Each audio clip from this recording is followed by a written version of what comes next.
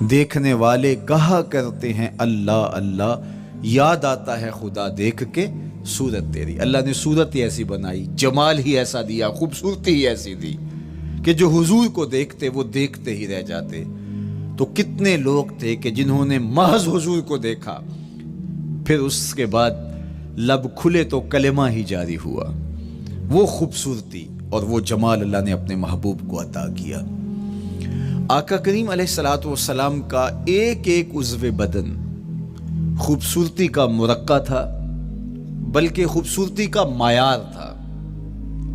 حسن کیا ہوتا ہے، حسن کا معیار کیا ہوتا ہے، جمال کسے کہتے ہیں، خوبصورتی کی تعریف کیا ہے، اعضائے محمد صلی اللہ علیہ وآلہ وسلم کا توازن دیکھ لو، تمہیں پتہ چلے گا کہ حسن کسے کہتے ہیں۔ حضور علیہ السلام کو اللہ تعالیٰ جل شانہ نے جو حسن بخشا، جو جمال دیا، جو خوبصورتی دی، وہ حضور کے مبارک قدموں سے اس کا انداز کیجئے کہ جس کے قدم اتنے سونے ہیں اس کا چہرہ کتنا سونا ہوگا۔ حضرت عبداللہ بن بریدہ رضی اللہ تعالی عنہ حضور کے مبارک قدموں کا ذکر کرتے ہوئے وصف جمال محمد کی کہانی چھیڑتے ہیں اور فرماتے ہیں کان رسول اللہ صلی اللہ علیہ وآلہ وسلم احسن البشر قدما، کہتے ہیں کہ کائنات میں جتنے سونے قدم میرے حضور کے تھے کسی کے تھے ہی نہیں۔ جو جمال اللہ نے حضور کے مبارک قدموں کو دیا تھا، اللہ اکبر، وہ کسی اور کا مقسوم نہیں تھا۔ خوبصورت قدم۔ اور حضرت انس رضی اللہ تعالیٰ عنہ، حضرت ابو ہریرہ رضی اللہ تعالیٰ عنہ، اور حضور کے وصاف ہیں حضرت ہند بن ابی حالہ رضی اللہ تعالیٰ عنہ، یہ حضور کا حلیہ بیان کرتے ہیں۔ حضرت امام حسن بن علی رضی اللہ تعالیٰ عنہ نے حضرت ہند بن ابی حالہ کو ایک دن کہا کہ مجھے اپنے آقا و مولا کا حلیہ بتاؤ، تو انہوں نے حضور کا حلیہ بیان کیا۔ یہ حضور کے وصاف ہیں، چونکہ انہوں نے حضور علیہ السلام کو بہت قریب سے دیکھا اور آقا کریم علیہ السلام کی زیارت سے مالا مال ہوئے۔ ویسے حضرت امام حسن نے بھی تو حضور کو دیکھا تھا، اور بھی اصحاب نے حضور کو دیکھا تھا۔ یہاں یہ بات دلچسپی سے خالی نہیں ہے کہ صحابی ہی تب بنتا ہے جب وہ حضور کو بنظر ایمان دیکھے، لیکن صحابہ ایک دوسرے سے پوچھتے تھے کہ بتاؤ حضور کیسے تھے؟ میاں تم نے نہیں دیکھا؟ تو وہ کہتے تھے دیکھ کر بھی نہیں دیکھا۔ صرف چند لوگ ہیں جو حضور کا حلیہ بیان کرتے ہیں۔ اس کی کیا وجہ؟ تو علماء نے لکھا کہ حضور کے چہرے پہ جلووں کی تابش ایسی تھی اور حضور کا جمال ایسا تھا اور اس کی چمک ایسی تھی کہ کسی میں ہمت ہی نہیں تھی کہ وہ جی بھر کے دیکھ سکے۔ تو بعد میں ایک دوسرے سے پوچھتے تھے بتاؤ تم نے دیکھا تو حضور کیسے تھے؟ اگر ان لوگوں کی تعداد میں آپ کو بتاؤں تو 3 درجن سے زیادہ نہیں ہوگی جو حضور علیہ السلام کے وصاف ہیں، حضور کے حلیہ نگار ہیں، جو آقا کریم علیہ الصلوۃ والسلام کی صورت کا نقشہ بیان کرتے ہیں۔ دیکھا 1,24,000 اصحاب نے ہے، لیکن جو وصف بیان کرتے ہیں، شمائل رسول کو بیان کرتے ہیں، ان کی تعداد 3 درجن سے زیادہ نہیں ہے۔ اور یہ بھی وہ لوگ ہیں جنہوں نے حضور کو بچپن میں دیکھا، جنہوں نے حضور کو سوئے ہوئے دیکھا، حضور کو بہت قریب سے دیکھا۔ حضور علیہ الصلوۃ والسلام کے پاس ان کا آنا جانا بہت زیادہ تھا، اس طرح انہوں نے حضور علیہ السلام کو دیکھا۔ حضرت حسان بن ثابت رضی اللہ تعالی عنہ فرماتے ہیں کہ میں جو حضور کا حلیہ بیان کرتا ہوں تو اس کا سبب یہ ہے کہ میرے پاس حضور کو دیکھنے کا ایک طریقہ آ گیا تھا۔ فلما نظرت الی انوارہ فوضعت کفی علی عینی خوفا من ذہاب بصری، کہا کہ جب میں حضور کو دیکھتا تھا تو اپنی آنکھوں پر انگلیاں رکھ کے انگلیوں کی اوٹ سے دیکھتا تھا کہ حضور کے جلووں کی چمک سے میری آنکھوں کی بینائی نہ جاتی رہے۔ یہ کون کہہ رہے ہیں؟ حضرت حسان بن ثابت رضی اللہ تعالیٰ عنہ۔ اور آپ جانتے ہیں حضرت حسان بن ثابت رضی اللہ تعالیٰ عنہ شاعر ہیں، اور شاعر حسن دیکھنے میں بڑا دلیر ہوتا ہے، اور یہ حسن بھی ابھی پوشیدہ ہے، 70,000 بشریت کے پردے ڈالے گئے ہیں۔ اگر یہ حسن بے نقاب ہوتا تو کوئی جلووں کی تاب ہی نہ لا سکتا۔ یہی بہتر ہے کہ وہ پردے میں روح پوش رہے، وہ اگر پردہ اٹھا دے تو کسے ہوش رہے، کس کی ہمت تھی۔ اب چھپا ہوا مستور حسن بھی اگر دیکھتے ہیں تو آنکھوں پہ انگلیاں رکھ کے دیکھتے ہیں، اور بیان کرنے والوں کی تعداد میں نے عرض کی کہ 3 درجنوں سے زائد نہیں ہے۔ تو یہ وہ لوگ ہیں جنہوں نے حضور کو دیکھا۔ اب امام حسن پوچھ رہے ہیں حضرت ہند بن ابی حالہ رضی اللہ تعالی عنہ کو کہ آپ نے حضور کو دیکھا تو مجھے بتائیے میرے نانا کا جمال کیسا تھا۔ تو حضرت ہند بن ابی حالہ نے حضور کا حلیہ بیان کیا۔ تو جب حضور کے قدموں کی کہانی انہوں نے بیان کی تو حضرت ہند بن ابی حالہ نے کہا کان النبی صلی اللہ علیہ وآلہ وسلم شسن القدمین والکفین، حضور علیہ السلام کے مبارک قدم اور حضور کی ہتھیلیاں پر گوشت تھے۔ یہ حضور علیہ السلام کے مبارک قدموں کا جمال بیان کرتے ہیں۔ اللہ اکبر۔ اور حضور علیہ السلام کے قدموں کے بارے میں امام ترمذی جو شمائل میں حدیث لائے ہیں اس میں انہوں نے یہ بھی بیان کیا کان رسول اللہ صلی اللہ علیہ وسلم مسیح القدمین، حضور علیہ السلام کے مبارک قدم ملائم تھے، خوبصورت تھے، کھردرے نہیں تھے، کوئی پھٹن نہیں تھی۔ عمومی طور پہ قدم پھٹ جاتے ہیں اور ایڑیاں بہت سارے لوگوں کی پھٹ جاتی ہیں تو وہ خوبصورتی باقی نہیں رہتی۔ تو وہ کہتے ہیں کہ حضور مسیح القدمین تھے، اور جب آقا کریم علیہ الصلوۃ والسلام کے مبارک قدموں پہ پانی ڈالا جاتا تو وہ ڈھل کے نیچے چلا جاتا۔ یہ تھا حضور کے قدموں کا حسن اور حضور کے قدموں کا جمال۔ اچھا، آقا کریم علیہ السلام کی جو مبارک ایڑیاں تھیں وہ زیادہ پرگوشت نہیں تھیں، ان کے اوپر گوشت زیادہ نہیں چڑھا تھا، اس لیے کہ ایڑیوں کا زیادہ پرگوشت ہونا ایڑیوں کے حسن کو زائل کر دیتا ہے۔ حسن کا مرقع ہی جمال مصطفیٰ ہے، تو اس لیے اللہ نے ایک ایک عضو کو تراش کر کے بنایا ہے، بلکہ پوچھ پوچھ کے بنایا ہے۔ جس طرح حسان بن ثابت رضی اللہ تعالی عنہ کہتے ہیں کأنک قد خلقت کما تشاء، محبوب مجھے تو یوں لگتا ہے جس طرح آپ کے رب نے آپ کو آپ سے پوچھ کے بنایا ہے کہ محبوب بتاؤ کہ میں آپ کے اعضاء کو کیسے توازن اور کیسے حسن اور کیسے جمال دوں۔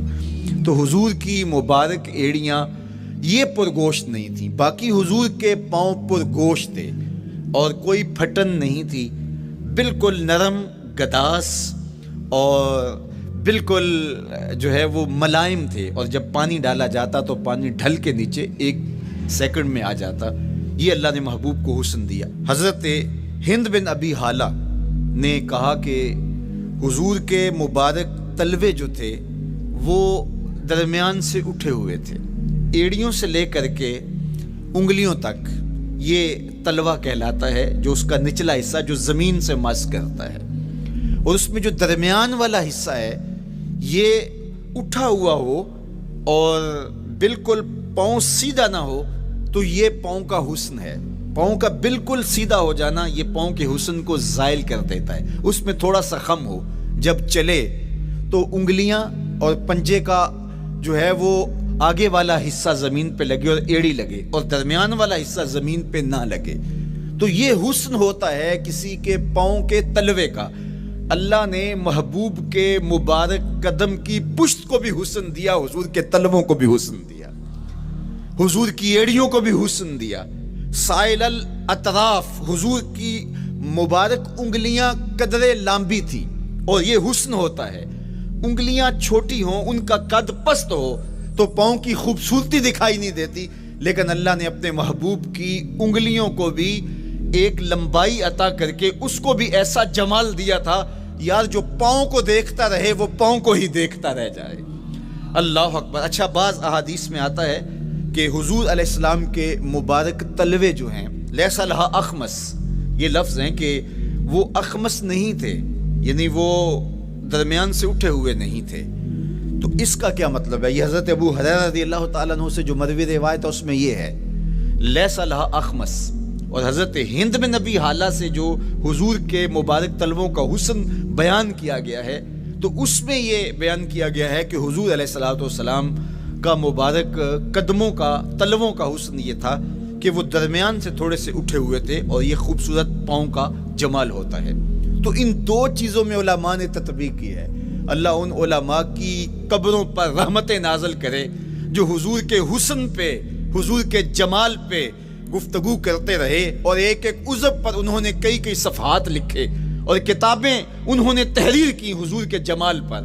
اب حضرت ہند بن ابی حالہ رضی اللہ تعالی عنہ، انہوں نے تو حضور کو گھر میں دیکھا تھا، یہ حضرت خدیجۃ الکبریٰ رضی اللہ تعالی عنہا کے فرزند تھے ابو حالہ سے۔ اب انہوں نے تو دیکھا، اب حضور لیٹے ہیں تو انہوں نے حضور کے پاؤں کو دیکھا کہ درمیان میں ہلکا سا خم ہے اور یہ پاؤں کا جمال ہے۔ اب حضرت ابو ہریرہ رضی اللہ تعالی عنہ نے جو حضور کے پاؤں کو دیکھا تو یہ اندرون خانہ کا دیکھنا نہیں تھا، تو انہوں نے کیسے دیکھا؟ تو حضرت ابو ہریرہ سے مروی ایک روایت سے سمجھ آتی ہے کہ انہوں نے جو کہا کہ لیس لہا اخمس، کہ ان کے مبارک تلوے درمیان سے اٹھے ہوئے نہیں تھے بلکہ بالکل برابر تھے، تو اس کا کیا مطلب ہے؟ تو حضرت ابو ہریرہ سے ایک روایت مروی ہے، وہ فرماتے ہیں کہ جب حضور علیہ السلام کسی چٹان کے اوپر چلتے تو حضور علیہ السلام کا وہاں قدم پڑتا تو وہ اس چٹان کے اندر حضور کا قدم گھس جاتا، وہ موم کی طرح چٹان نرم ہو جاتی۔ اس طرح زمین پر بھی حضور چلتے تو مبارک پاؤں کا جو نشان قدم ہے وہ پورا دکھائی دیتا۔ تو حضرت ابو ہریرہ رضی اللہ تعالیٰ عنہ اس سے یہ سمجھے کہ حضور کے تلوے جو ہیں وہ برابر ہیں۔ تو علماء نے اس پر گفتگو کی ہے۔ ایک تو حضور جب چلتے تھے تو آقا کریم پورے زور سے قدم زمین پہ رکھتے تھے اور اس وقار سے چلتے تھے کہ جس طرح حضور اونچائی سے نیچے کی طرف اتر رہے ہوں، تو جب پاؤں کو جما کر کے زور سے رکھا جائے تو پھر جو ہے وہ نشان نیچے پڑتا ہے۔ یا اللہ اپنے محبوب کے لیے زمین کو اور پتھروں کو بھی نرم کر دیا تو پھر حضور کے تلووں کا نقش بھی زمین کے اوپر جو ہے وہ حویدہ ہو جاتا۔ سلطان قاتبائی نے ایک ایسا ہی پتھر جس کے بارے میں شنید تھی کہ اس پر حضور کے قدموں کا نقش موجود ہے، تو انہوں نے 20,000 دینار کے اندر وہ خریدا اور انہوں نے یہ کہا کہ جب میں فوت ہو جاؤں تو حضور کے قدموں کے نشان والا پتھر میری قبر کے سرہانے بطور کتبہ لگایا جائے۔ علامہ شہاب الدین خفاجی علیہ رحمہ لکھتے ہیں ہوا موجود الی الآن، وہ اپنے دور میں کہانی بیان کرتے ہیں وہ آج بھی سلطان قاتبائی کی قبر کے سرہانے وہ پتھر نصب ہے جہاں حضور کے قدموں کے نشان موجود ہیں۔ اللہ اکبر۔ تو آقا کریم علیہ السلام کے مبارک تلوے، حضور علیہ السلام کی کم گوشت تراشی ہوئی ایڑیاں اور مسیح القدمین، حضور علیہ السلام کے ملائم نرم گداز پاؤں، ان کا حسن اور ان کا جمال، اور آقا کریم علیہ السلام کے قدموں کی انگلیاں جو قدرے لمبی تھی اور ان میں جو درمیان والی انگلی تھی وہ زیادہ لمبی تھی، اس پر حضرت میمونہ بنت کردم رضی اللہ تعالی عنہا اس انگلی کا حسن بیان کرتی ہیں، کہتی ہیں مجھے شوق ہوا کہ میں حضور کو دیکھوں، تو اپنے والد گرامی کے ساتھ حجۃ الوداع کے موقع پر میں بھی سعادت حج پا رہی تھی، تو حضور کو ملنے کے لیے جب ہم پہنچے تو آقا کریم اونٹنی کے اوپر سوار تھے، ناکا پر جلوہ فراز تھے، تو میرے میں ہمت نہ ہو سکی کہ حضور کے چہرے کو دیکھ سکوں۔ ایسا جلوہ، ایسا جمال، اللہ اکبر، اور ایسا روپ اور ایسی چمک چہرے کی اور تابشیں تھیں کہ میرے اندر ہمت نہ ہو سکی کہ میں حضور کے چہرہ نور کو دیکھ سکوں۔ اب آقا کریم اونٹنی پہ سوار تھے تو میں حضور کے مبارک پاؤں کو دیکھنے لگی، میں بس حضور کے پاؤں کا جمال اور خوبصورتی دیکھنے لگی، اسی میں کھو گئی۔ اب حضرت میمونہ بنت کردم رضی اللہ تعالی عنہا حضور کے مبارک قدموں کی ایک انگلی کا حسن بیان کرتی ہیں۔ اللہ اکبر۔ حضرت میمونہ بنت کردم سے یہی ایک روایت مروی ہے، ساری زندگی ان کے پاس سرمایہ یہی تھا، جب کسی مجلس میں جاتی تو وہ کہتی تمہیں بتاؤں حضور کی مبارک انگلی کا حسن کیا تھا، یہ سرمایہ ساتھ لیے لیے پھرتی کہ میں نے حضور کی انگلی کو دیکھا ہے، میں نے حضور کے قدم اور حضور علیہ السلام کے تلووں کی زیارت کی ہے۔ تو وہ اس حسن کو بیان کرتے ہوئے کہا کرتی تھی فما نسیتو فیما نسیتو طولا اصبع قدمہ السبابہ علی سائر اصابعہ، جو سبابہ انگلی ہے، انگوٹھے کے ساتھ والی انگلی کو سبابہ انگلی کہتے ہیں، اور اس کے ساتھ والی انگلی کا جو قد دراز تھا اور باقی انگلیوں کی نسبت وہ انگلی لمبی تھی، کہا اس کا حسن آج بھی میری نگاہوں میں گھومتا رہتا ہے اور ہر وقت میرے تصور میں رہتا ہے، میرے تصور سے کبھی اس انگلی کا جمال ہی ختم نہیں ہوا، انگلی کا حسن ہی کبھی زائل نہیں ہوا، ہر وقت اس کے تصور میں کھوئی رہتی ہوں۔ یار چہرے کے جمال کو کون بیان کرے گا، یہاں تو انگلی کا حسن بیان نہیں ہو رہا۔ ابھی وہ شعر پڑھا جا رہا تھا نا کہ قدموں پہ جبیں کو رہنے دو، قدموں پہ جبیں کو رہنے دو، چہرے کا تصور مشکل ہے، قدموں پہ جبیں کو رہنے دو، چہرے کا تصور مشکل ہے، جب چاند سے بڑھ کر ایڑی ہے رخسار کا عالم کیا ہوگا، جب چاند سے بڑھ کر ایڑی ہے رخسار کا عالم کیا ہوگا۔ تو اللہ نے اپنے محبوب علیہ الصلوۃ والسلام کو وہ جمال، وہ خوبصورتی اور حضور کے مبارک قدم، حضرت عبداللہ بن بریدہ رضی اللہ تعالی عنہ سے مروی روایت، کان رسول اللہ صلی اللہ علیہ وآلہ وسلم احسن البشر قدما، کہتے ہیں جتنے سونے قدم، جتنے من مونے قدم میرے حضور کے تھے، اتنے سونے قدم کسی اور کے تھے ہی نہیں۔ اللہ نے اپنے محبوب کو وہ جمال، وہ خوبصورتی اور وہ نور عطا کیا تھا۔ اچھا، یہ قدم، یہ ایڑیاں، یہ مبارک تلوے اور یہ داراز انگلیاں اور ان انگلیوں کی چمک اور ان کی رنگت کا جمال اور خوبصورتی، جہاں اس کا صوری حسن تھا تو مانوی حسن بھی دیکھنے والا تھا۔ یہ قدم اٹھ جائیں، اللہ اکبر، تو تقدیر کے فیصلے ہوتے دکھائی دیتے ہیں۔ ان قدم کی اونچائی، ان قدم کی بلندیاں کہ عرش حق ان قدموں کے بوسے لے رہا ہے۔ اور میرے امام بولے، زہ عزت و اے طلائے محمد، زہ عزت و اے طلائے محمد، کہ ہے عرش حق زیر پائے محمد۔ قدموں کا حسن وہ بھی دیکھنے والا، اور قدموں کی بلندی اور اونچائی اور اس کی شان و شوکت وہ بھی دیکھنے والی۔ اللہ اکبر۔ آقا کریم علیہ السلام حضرت ابوبکر صدیق کے ساتھ، حضرت عمر فاروق کے ساتھ اور حضرت عثمان غنی کے ساتھ احد پہاڑ پر تشریف لے گئے۔ یہ حدیث آپ نے بارہا علماء سے سنی ہے۔ احد کی چھاتی پہ جب حضور کے قدم آئے، اللہ اکبر، تو وہ خوشی سے جھوم اٹھا، مقدر جاگ گئے، بخت بیدار ہو گئے۔ ان کے قدم جو کہ عشاق کی آنکھوں کی ٹھنڈک ہے، جب چھاتی پہ آ جائیں تو کون عاشق نہیں جھوم جائے گا۔ یہ تو حضور کے قدموں کے حسن کو بیان کیا جا رہا ہے، آپ کی روح رقص کر رہی ہے اور آپ کا دل جو ہے وہ ایک عجیب سرور اور کیف کی وادی میں اور ایک جو ہے وہ خوشیوں کے جو ہے وہ عالم میں نہال ہوتا چلا جا رہا ہے۔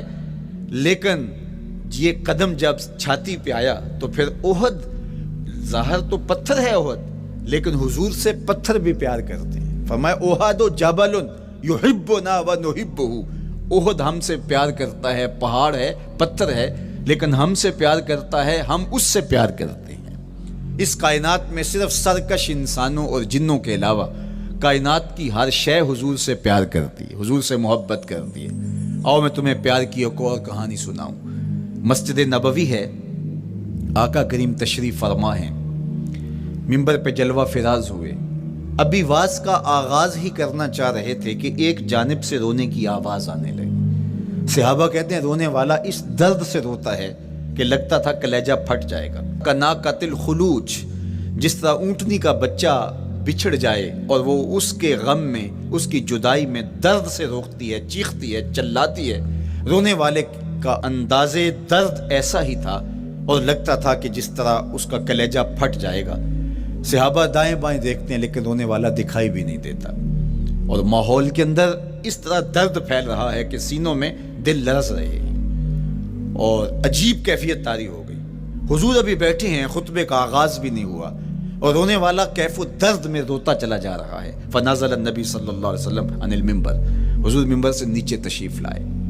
صحابہ کی آنکھیں محو حیرت ہیں، استجاب کا عالم ہے، یہ کون رو رہا ہے اور اتنے درد سے رو رہا ہے اور دکھائی بھی نہیں دے رہا۔ آقا کریم منبر سے نیچے جلوہ فراز ہوئے، ایک سمت بڑھے، کھجور کا خشک تنا پڑا تھا۔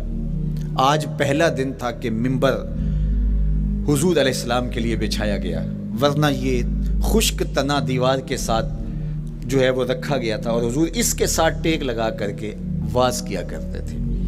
جب منبر بن گیا تو اس کو اٹھا کر کے اب اس کی ضرورت نہیں رہی، ایک کونے میں ڈال دیا گیا۔ اب جو ہی حضور منبر پہ تشریف فرما ہوئے تو اس خشک تنے کا کلیجہ لرز اٹھا اور وہ ایسے روتا تھا جس طرح اونٹنی کا بچہ بچھڑ جائے اور وہ روتی ہے، اس طرح وہ خشک تنا رو رہا تھا۔ اس تنے ہنانا در ہجر رسول زار می نالت جو ارباب عقول، جس طرح عقل والے، جس طرح جو ہے وہ فہم و ادراک رکھنے والے لوگ روتے ہیں درد سے، وہ رو رہا تھا۔ آقا کریم علیہ السلام اس کے پاس گئے اور اس کو اپنی آغوش میں سمیٹ لیا۔ بچھڑا ہوا بچہ جب اپنی ماں کو ملے تو اس کی ہچکیاں بن جاتی ہیں، اس کی گھگھی بن جاتی ہے، تو یہی کیفیت اس کی ہو گئی، اور آقا کریم اپنا دستے رحمت اس کے اوپر پھیرتے چلے جاتے ہیں۔ بتدریج اس کی سسکیاں، اس کے رونے کی آواز کم ہوتی چلی جا رہی ہے۔ آہستہ آہستہ وہ خاموش ہو گیا۔ حضور پھر دوبارہ تشریف لائے اور منبر پہ خطبہ دینے سے قبل صحابہ کی آنکھوں میں استعجاب کا عالم دیکھا، حیرت کی فراوانی دیکھی۔ فرمایا کہ تم جو سوال کرنا چاہ رہے ہو، جو تمہاری آنکھوں میں پوشیدہ سوال ہے، میں اس کو اچھی طرح جانتا ہوں۔ لو لم افعل ھکذا لحن الی یوم القیامہ، اگر میں منبر سے اتر کے اپنے عاشق زار کو یوں تسلی نہ دیتا، یہ قیامت تک یوں ہی روتا ہی رہتا۔ حضرت محمد بن سیرین رضی اللہ تعالیٰ عنہ کہا کرتے تھے کہ حضور کی محبت میں ایک خشک تنا بھی زار و زار روئے تو جس کے سینے کے اندر محبت بھرا دل ہے تو وہ حضور کے عشق میں آنسو کیوں نہیں بہائے گا؟ حضور کی یاد میں اس کی آنکھیں آنسو کا خراج کیوں نہیں دیں گی؟ تو وہ خشک تنا حضور کی محبت میں رو رہا ہے۔ اب ہے یہ پتھر، لیکن میرے حضور فرماتے ہیں کہ یہ پہاڑ مجھ سے پیار کرتا ہے اور میں اس سے پیار کرتا ہوں۔ اب حضور اپنے اس محب کے گھر تشریف لے گئے اور اس کی چھاتی پہ قدم رکھا تو وہ خوشی سے جھوم اٹھا۔ فضاربا برجلہ ہی، اپنا مبارک پاؤں زور سے مارا۔ فقال اثبت احد فانما علیک نبی و صدیق و شہیدان، فرمایا احد ٹھہر جا، تیرے اوپر اللہ کا ایک نبی ہے، ایک صدیق اور 2 شہید ہیں۔ تو حضور کی مبارک ایڑی کے لگنے کی دیر تھی، حضور کے قدم کی ضرب کی دیر تھی کہ اس کا زلزلہ تھم گیا۔ میرے امام بولے ایک ٹھوکر سے احد کا زلزلہ جاتا رہا، ایک ٹھوکر سے احد کا زلزلہ جاتا رہا، رکھتی ہیں کتنا وقار اللہ اکبر ایڑیاں، جس کے حسن کے قصیدے میرے رب نے بھی بیان کیے ہیں۔ کبھی حضور کے چہرہ نور کا ذکر کرتے ہوئے والضحیٰ واللیل اذا سجا، کبھی حضور علیہ السلام کی مبارک زلفوں کا تذکرہ کرتے ہوئے حامیم، کبھی آقا کریم علیہ السلام کے مبارک ہاتھوں کا، کبھی دیگر اعضائے بطنیہ کا ذکر قرآن نے کیا۔ حضور کے سینہ اقدس کی کہانی قرآن نے بیان کی، حضور علیہ السلام کی مازاغ آنکھوں کا تذکرہ قرآن نے کیا، تو پھر یہ محبوب اور مرغوب موضوع کیوں نہ ہوتا؟ اور آقا کریم کو اللہ نے وہ جمال دیا تھا، وہ حسن عطا کیا تھا، وہ خوبصورتی دی تھی جو حضور کا ہی حصہ ہے۔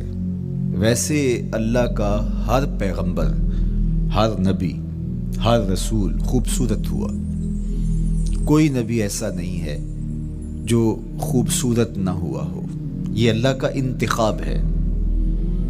آپ تو دکان پہ سیل مین بھی رکھیں تو اس کی باقی قابلیت کے ساتھ ساتھ اس کی شخصیت کو آپ دیکھتے ہیں کہ جو خوش شکل ہو، آنے والے کو متاثر کر سکے، باوقار لگے، تو جس کو اس نے نبی بنانا تھا تو اس کو اس نے یوں ہی یہ عظمت اور یہ رفت عطا کر دینی تھی۔ تو اللہ کا ہر نبی حسین، ہر نبی جمیل، لیکن جو جمال، جو خوبصورتی، جو حسن جو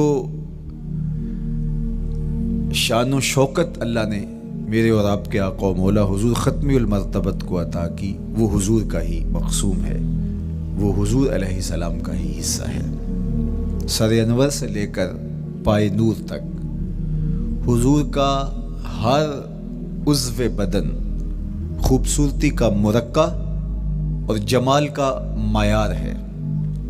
خوبصورتی کیا ہوتی ہے؟ حسن محمد کو دیکھ لو، کوئی عیب کوئی نقص حضور کے پاکیزہ وجود میں نہیں رکھا گیا۔ خلقت مبرأ من کل عیب، حضور کے سامنے حضرت حسان بن ثابت نے یہ پڑھا اور آقا کریم نے اس پر خوشی کا اظہار کیا اور اللہ کی بارگاہ میں دعا کی، اللہم ایدہ بروح القدس، جبریل امین سے اللہ اس کی مدد فرما۔ تو انہوں نے یہ بات کہی کہ آپ کو ہر عیب سے مبرہ رکھا گیا ہے، آپ کا پیکر نور، آپ کا وجود مسعود حسن و جمال کا ایسا مرقع بنایا گیا کہ جس میں کوئی نقص نہیں رکھا گیا۔ صوری حسن بھی عطا کیا گیا، مانوی حسن بھی عطا کیا گیا۔ حضور کے اعضاء کا جو ظاہری حسن تھا وہ بھی اپنی مثال آپ تھا، اور جو باطنی جمال اور باطنی حسن اور باطنی کمال عطا کیا گیا تھا وہ بھی اپنی مثال آپ ہے۔ اگر حضور علیہ السلام کے مبارک ہاتھوں کو جمال دیا گیا ہے، لیکن جو توانائی عطا کی گئی، جو طاقت عطا کی گئی، ید اللہ کے جو جلوے ان ہاتھوں میں رکھے گئے، وہ بھی ایک دل آویز کہانی ہے۔ اگر آنکھوں کی پتلیاں خوبصورت ہیں اور آپ کی مبارک آنکھوں کی چمک سے کائنات اس کو دیکھ کر کے مبہوت ہو جاتی ہے، مازاق کے کجلے اس میں رکھے گئے ہیں، لیکن اس کا معنوی حسن بھی دیکھیے کہ حضور بیٹھے مدینے میں ہیں اور جنت کا مشاہدہ کر رہے ہیں۔ وہ توانائی بھی عطا کی گئی کہ جس طرح روشنی میں دیکھا جاتا ہے حضور اسی طرح اندھیرے میں دیکھتے ہیں۔ فرمایا صحابہ صفیں سیدھی رکھا کرو، مت سمجھو کہ میں صرف آگے دیکھتا ہوں، میں آگے بھی دیکھتا ہوں، میں پیچھے بھی دیکھتا ہوں، میں تمہارے رکوع بھی دیکھتا ہوں اور دلوں میں پیدا ہونے والے خشوع بھی دیکھتا ہوں۔ اقبال بولے، اے فروغت صبح آثار و دہور، چشم تو بی نندائے ما فی الصدور۔ لوگوں کی نظریں تو سینے کے اوپر دیکھتی ہیں، اے آمنہ کے در یتیم، تیری نظر تو سینے کے اندر چھپے راز بھی دیکھتی ہے۔ تو صوری حسن بھی اور مانوی حسن بھی اللہ نے اپنے محبوب کو عطا کیا، اور اللہ جل شانہ نے وہ جمال دیا حضور کو کہ جو دیکھتا وہ دیکھتا ہی رہ جاتا۔ ایسی چمک، ایسی رانائی، ایسی خوبصورتی اور ایسا جمال تھا، دیکھنے والے کہا کرتے ہیں اللہ اللہ، یاد آتا ہے خدا دیکھ کے صورت تیری۔ کتنے لوگ ہیں جنہوں نے صرف حضور کے چہرے کو دیکھا اور لبوں پہ کلمہ جاری ہو گیا۔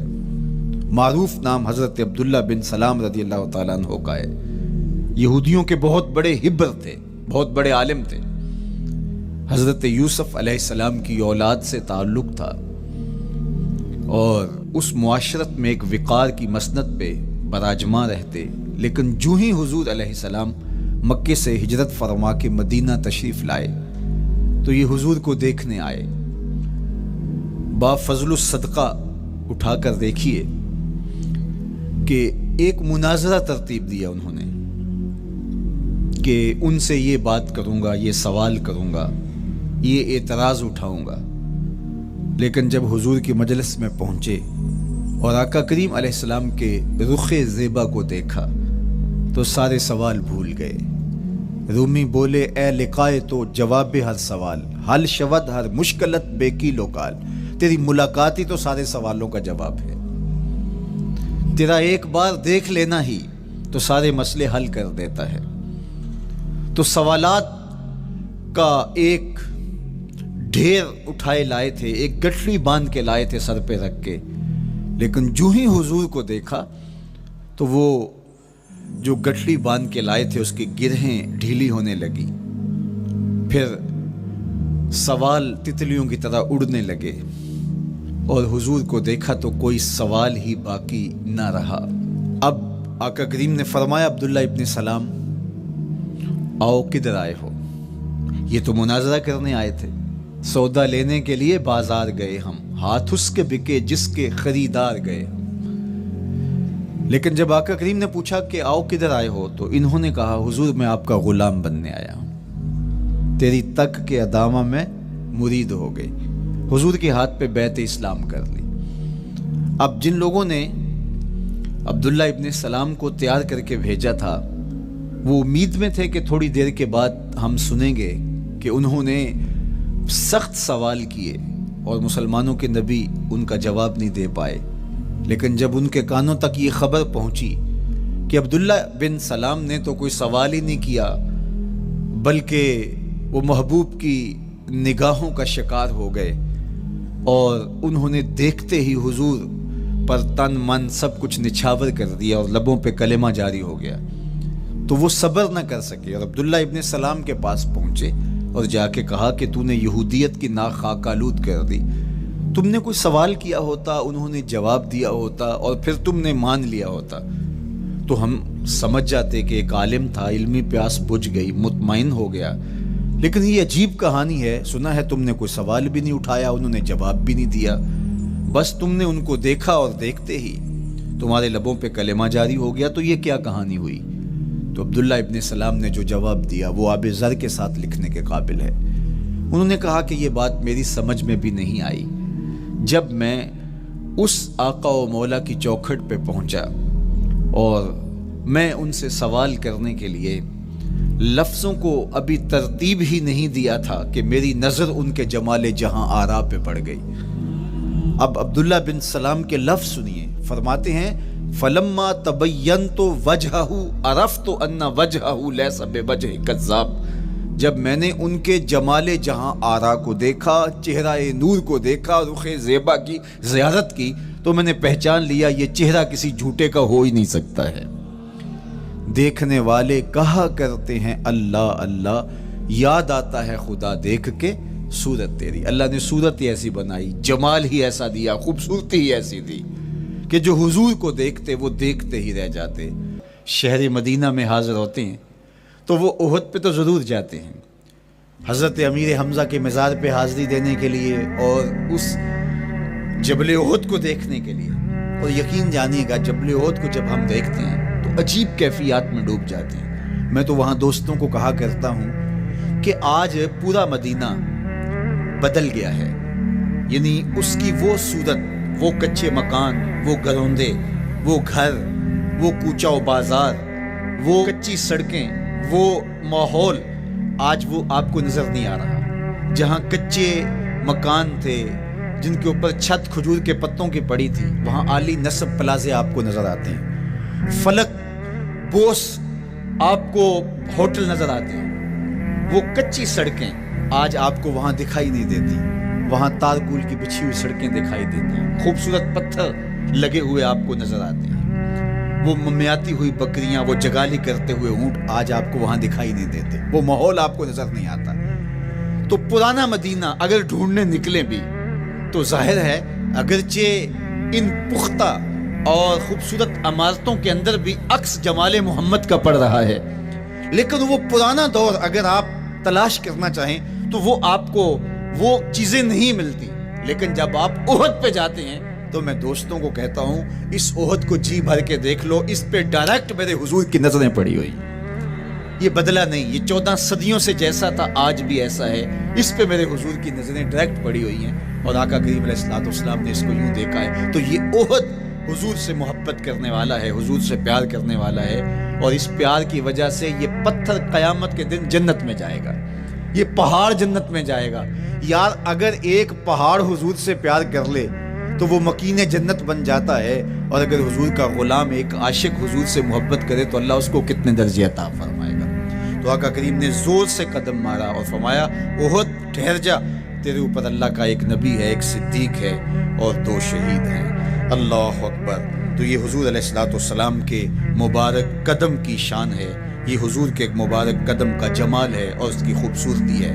غزوہ ذات الرقاع کے اندر حضرت جابر کا اونٹ چلتے چلتے تھک گیا، سفر لمبا تھا اور اونٹ کمزور تھا، تو چلتے چلتے اس کو تھکن ہو گئی، اب وہ قافلے سے پیچھے رہتا چلا جاتا ہے۔ تو اس نے حضور کی خدمت میں عرض کی، یا رسول اللہ یہ اونٹ تھک گیا ہے اور میں قافلے کے ساتھ چل نہیں پا رہا۔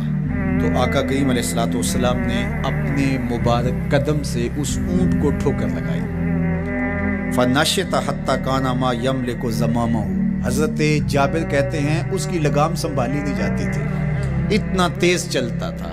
یار جس کے قدموں کی ٹھوکر سے یہ توانائی آ جائے، اس کے ہاتھوں کی توانائی کا عالم کیا ہوگا۔ تو اللہ نے صرف حضور کے مبارک قدموں کو صوری حسن ہی نہیں دیا تھا، مانوی جمال اور توانائی بھی عطا فرمائی تھی۔ حضور علیہ السلام کے چچا جناب ابو طالب کہتے ہیں کہ میں حضور علیہ السلام کے ساتھ تھا، تو راستے میں ذی المجال کی منڈی آئی اور وہاں حالات ایسے تھے کہ پینے کے لیے پانی دستیاب نہیں تھا۔ تو میں نے کہا کہ عطشت ولیس عندی ماء، مجھے تو سخت پیاس لگی ہے اور پانی بھی پاس نہیں ہے۔ فنزل النبی صلی اللہ علیہ وسلم وضرب بقدمہ الارض فخرج الماء فقال اشرب، تو حضور نے اپنے مبارک پاؤں سے زمین پر ٹھوکر لگائی، چشمہ پھوٹ پڑا اور آقا کریم نے فرمایا چچا پانی پی لیجیے۔ تو وہ پاؤں اگر زمین پہ لگے تو چشمے پھوٹے، اگر احد پہاڑ پہ وہ پاؤں پڑے تو اس کا زلزلہ جاتا رہے، اور اگر وہ کسی جانور کو حضور ٹھوکر لگائیں تو اس کے اندر اس قدر تیزی آ جائے کہ اس کی باغ سنبھالی نہ جائے، اتنا سریع رفتار ہو جائے۔ اب ان قدموں پہ کون قربان نہیں ہوگا؟ یار ان قدموں کو چومنے کے لیے جبریل بھی تو بے تاب دکھائی دیتے ہیں۔ معراج کی شب جب جبریل حاضر خدمت ہوئے، حضور محو استراحت ہیں، تو جبریل عرض گزار ہوئے مالک تیرا محبوب تو سو رہا ہے۔ اللہ اکبر، تبارک اللہ، شان تیری تجھی کو زیبا ہے بے نیازی، کہیں پہ جوش لن ترانی، کہیں تقاضے وصال کے تھے۔ ایک کوہ طور پہ خود چل کے جاتا ہے اور عرض گزار ہوتا رب آرنی انظر الیک، مالک تجھے دیکھنا چاہتا ہوں۔ اللہ اکبر، سراپا چشم بنا ہوا ہے اور کہتا ہے مالک میں تجھے دیکھنا چاہتا ہوں۔ جواب کیا آتا ہے؟ لن ترانی، تم نہیں دیکھ سکتے، میرے جلووں کی تاب نہیں لا سکتے۔ ایک خود چل کے جا رہا ہے اور تقاضا رویت کرتا ہے، اور جواب آتا ہے لن ترانی، اور ایک سویا ہوا ہے چادر اوڑھ کے، اور جبریل کہتے ہیں محبوب اٹھیے، رب آپ کو بلا رہا ہے۔ تبارک اللہ، شان تیری تجھی کو زیبا ہے بے نیازی، کہیں پہ جوش لن ترانی، کہیں تقاضے وصال کے تھے۔ تو جبریل حاضر خدمت ہوئے، حضور استراحت میں ہیں، تو آواز آئی یا جبریل قبل قدم ہے، میرے محبوب کے قدموں کو چوم لے۔ اب جبریل حضور علیہ السلام کے قدموں کو بوسے دے رہے ہیں۔ کسی نے جبریل سے تصور کے عالم میں پوچھا، حضور کے قدم چومے، حضور کے تلووں کو بوسے دیے، بتا کیفیت کیا ملی؟ تو بولے نہ جنت کی کلیوں میں دیکھا مزہ جو محمد کی تلیوں میں دیکھا۔ وہ سرور وہاں جو نصیب ہوا۔ وفد عبد القیس جب مدینہ المنورہ آیا تو ان میں ایک صاحب ہیں، وہ کہتے ہیں میں دوڑتا ہوا حضور کے پاس آیا، بس بے چینی تھی، اضطراب تھا۔ جب آپ مدینہ المنورہ میں جاتے ہیں تو آپ کو جا کے گاڑی اتارتی ہے اور آپ ہوٹل میں سامان رکھتے ہیں، تو پھر کتنی جلدی ہوتی ہے کہ جلدی سے غسل کریں اور جلدی سے نیا لباس پہنیں اور جا کے ہرے گنبد کو دیکھیں، حضور کی مبارک مسجد کی زیارت کریں، ان کوچہ و بازار میں جائیں جہاں حضور کے مبارک قدم لگے تھے۔ اللہ اکبر۔ تو اب یہ وفد عبد القیس جب آیا تو ان میں ایک صحابی حضرت زرع رضی اللہ تعالیٰ عنہ فرماتے ہیں کہ میں پھر تیزی کے ساتھ گیا اور پھر ہم جا کے حضور کے ہاتھ بھی چومنے لگے، حضور کے قدم بھی چومنے لگے۔ یہ سعادت مند قدم جن کے بوسے صحابہ دیتے ہیں، کبھی جبریل کے بوسہ گاہ بنتے ہیں، کبھی احد پہاڑ کی چھاتی ان قدموں کو چومتی ہے۔ یہی قدم ایک موقع ایسا آتا ہے یاد خدا میں، اللہ کے شکرانے میں، نماز میں، لمبے قیام میں سوج جاتے ہیں۔ اور میرا مالک کہتا ہے اے چادر اوڑھنے والے ساری رات جاگا نہ کر کبھی سو بھی لیا کر۔ اللہ اکبر۔ تو یہ حضور علیہ السلام کے مبارک قدموں کا جمال اور مبارک قدموں کا حسن اور خوبصورتی ہے۔ اللہ نے اپنے محبوب علیہ السلام کے مبارک قدموں کو صوری اور معنوی حسن سے نوازا، اور یہ حسن حضور کے مبارک قدموں کا ہے۔ پھر جس کے قدم اتنے سونے ہیں اس کا چہرہ کتنا حسین ہوگا۔ ایک سوال اٹھ سکتا ہے کہ حضور کے حسن کو بیان کرنے کا مقصود کیا ہے؟ تو صاحب، کسی کے حسن کو بیان کرنے کا مقصود یہی ہوتا ہے کہ اس سے پیار اور محبت کا رب قائم ہو، اور اگر قائم ہے تو مضبوط ہو۔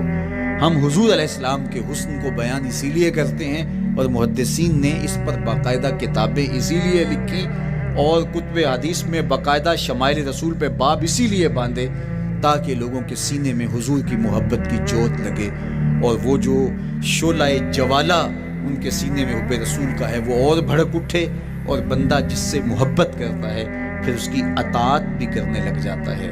تو جو محبوب اتنا سونا ہے، اتنا جمال آفریں ہے، اور جس کے قدم اتنے سونے ہیں، پھر اس کے نقش قدم کو کیوں نہ تھام لے، اس کے نقوش پا کو خض راہ کیوں نہ بنا لے، پھر ان کے اٹھنے والے قدموں پر اپنی زندگی کیوں نچھاور نہ کر دیں۔ اگر سر پہ رکھنے کو مل جائے نقش نال حضور تو کہیں کہ ہاں تاجدار ہم بھی ہیں۔ یعنی وہ قدم تو قدم رہا، اس قدم کی رعنائیاں، اس کی خوبصورتیاں، اس کا جمال اور اس کا حسن تو حسن رہا۔ جہاں وہ مبارک قدم لگا، جہاں وہ نقش لگا، اگر وہ نقش بھی سر پہ رکھنے کو مل جائے تو کہا کہ اگر سر پہ رکھنے کو مل جائے نقش نال حضور، حضور علیہ السلام کا قدم تو جزو بدن رسول ہے۔ حضور علیہ السلام کے مبارک قدموں میں وہ جو نالین تھی، اس نالین کا بھی نقش وہ اگر سر پہ رکھنے کو مل جائے تو ہم زمانے کے تاجدار کہلائیں گے، اور جن کے سر پہ حضور کا قدم آ جائے ان کا مرتبہ کیا ہوگا۔ تو یہاں اس نقش کو بھی دیکھیے، حضور کے مبارک قدموں میں جو نالین آیا اس کو نالین شریف کہتے ہیں۔ اس نال کو نال شریف یا ان نالین کو نالین شریف کہا جاتا ہے، اس لیے کہ وہ حضور کے مبارک جسم سے جڑ گئے، حضور سے ان کا ربط پیدا ہو گیا، وہ جزو بدن رسول نہیں ہیں، تو اس کا یہ مرتبہ ہے۔ تو پھر حضور علیہ السلام کی شان اور حضور کی عظمت کیا ہوگی، اللہ اکبر۔ بلکہ حضور علیہ السلام کے نالین جہاں رکھے جائیں، وہ کسی نے کہا نا کہ ذرے اس خاک کے تابندہ ستارے ہوں گے، ذرے اس خاک کے تابندہ ستارے ہوں گے جس جگہ آپ نے نالین اتارے ہوں گے۔ وہ جگہ جہاں حضور کے قدم نہیں، حضور کے قدموں سے مس ہوئے ہوئے نالین رکھے جائیں، وہاں جو ذرے اس نالین کے تلووں کو چومتے ہیں وہ بھی آسمان کے ستاروں سے اس شاخ کو حسین دکھائی دیتے ہیں، وہ بھی زیادہ چمکدار دکھائی دیتے ہیں، اور اس شاخ کی آنکھوں کا سرما اور ان کے دل کا قرار اور روح کی ٹھنڈک قرار پاتے ہیں۔ تو یہ ہے حضور علیہ السلام کی نسبت کا احترام اور حضور کی محبت کا اثر جو اس شاخ کے سینے میں محسوس کیا جاتا ہے۔ اللہ مجھے آپ کو اپنی خاص پناہیں، امان اور حفاظتوں کا حساب بخشے۔ کار ما آخر شدو آخر زما کار نشد، مشت خاک ما غبار کوچہ یار نشد۔